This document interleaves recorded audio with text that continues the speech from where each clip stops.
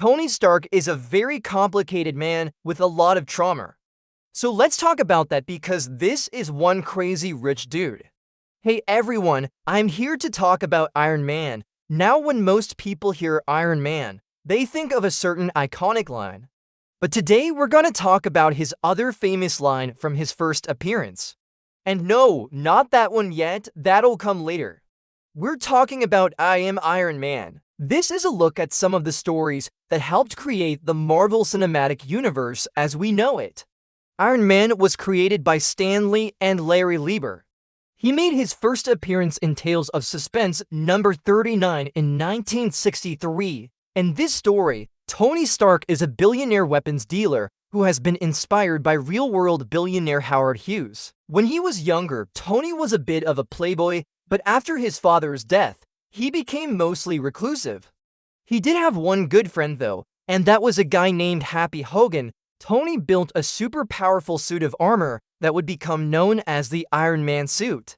It could fly, had super strength, and Tony wore it into battle against the communist villain known as the Mandarin. Tony was forced to use the suit in self-defense and ended up single-handedly taking out a large number of the enemy soldiers, tanks and all.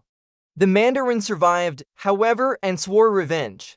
So then Tony decided to settle down for a while and continue developing new technologies. However, his work would be interrupted by battles with other villains like the Iron Cross and the Melter. Now, this origin isn't exactly the same as the MCU version. In the comics, there was no arc reactor or alien tech involved. The suit was just Tony building something himself. But the MCU version of Iron Man was born out of Tony being forced to wear the Mark I suit after being injured during a demonstration gone wrong. Either way, it's pretty clear that Tony Stark feels more comfortable behind the mask than he does without it. One of his most famous arcs that deals with him not being Iron Man is called Demon in a Bottle.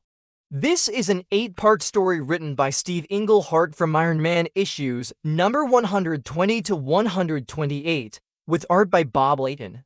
This is one of those stories that inspired the MCU heavily. In fact, if you've seen the movie Iron Man 3, the alcoholism arc plays directly into that storyline. Here's what happens. The story opens with Iron Man fighting against a villain named the Titanium Man. Their fight takes them around the world, damaging several buildings until finally Titanium Man gets away. Tony wakes up later in his bed with no memory of how he got home. This is actually the first time we see Tony drinking since issue number 1. Then Tony has to go to a meeting with Senator Robert Kelly, who is in charge of a new committee trying to discover the secret identities of all superheroes. Tony doesn't want to reveal his identity, but also knows that refusing could hurt his company's reputation. During the meeting, Tony loses control and ends up insulting the senator, so he's ordered to be arrested. As the police close in on him, Tony uses a hidden button to call Happy Hogan. Happy picks him up and brings him to a doctor named Morgan Stark, who gives Tony a complete physical and mental examination. After Happy leaves, Morgan tells Tony that he should really stop drinking. Tony responds by saying that his whole life is alcohol because he needs it to forget his pain. Then he starts having flashbacks to when he was a kid and his parents were killed in an explosion. We then flash forward to Tony in modern day still struggling with alcoholism. He explains that even though he's now a multi-billionaire, it hasn't changed anything. His problems are just bigger now. At this point, Tony decides that maybe he should take a break from being Iron Man, so he goes to see Pepper Potts and asks her to take over Stark Industries while he takes some time for himself.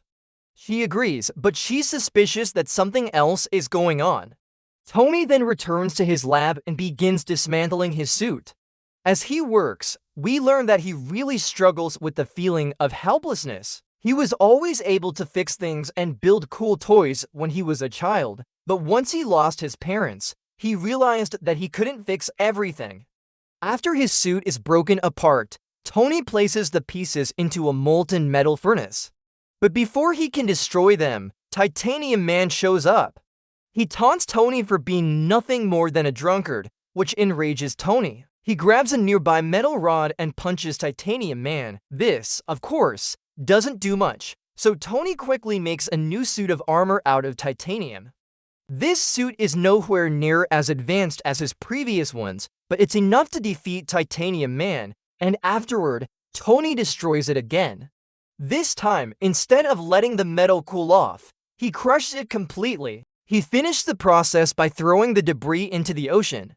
Tony then calls Happy Hogan and asks him to drive him to the hospital. Tony has realized that he needs help with his drinking. Titanium Man tries to attack Tony again, but this time he's easily defeated.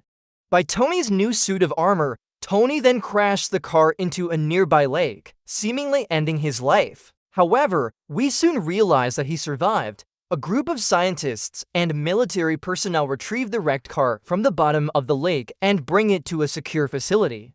It's there that they discover the metal that Tony used for his suit was a new type of metal alloy that would make it nearly indestructible. They dubbed this new metal titanium, and thus the Titanium Man lived on through the name of the metal that Tony used to defeat him.